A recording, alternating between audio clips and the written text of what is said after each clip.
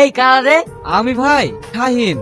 খালা খালা ওই সন্ধ্যা লেগে গেছে তো, তাই ভাবি বললে একটু এগিয়ে দিয়ে আসতে। ঠিক আছে, খালাকে এগিয়ে দিয়ে চলে আসবি, তুই যেন ওই পাড়ায় যাস নে। ঠিক আছে ভাই। আব্বা, কোথায় যাবে তুমি এখন? অঙ্গপাড়ার দিকে যাও। তুমি ওখানে যাবে না, ওদের দুই বংশের মধ্যে প্রচন্ড ঝামেলা চলছে, ওদের মধ্যে তোমার যাওয়ার দরকার নেই।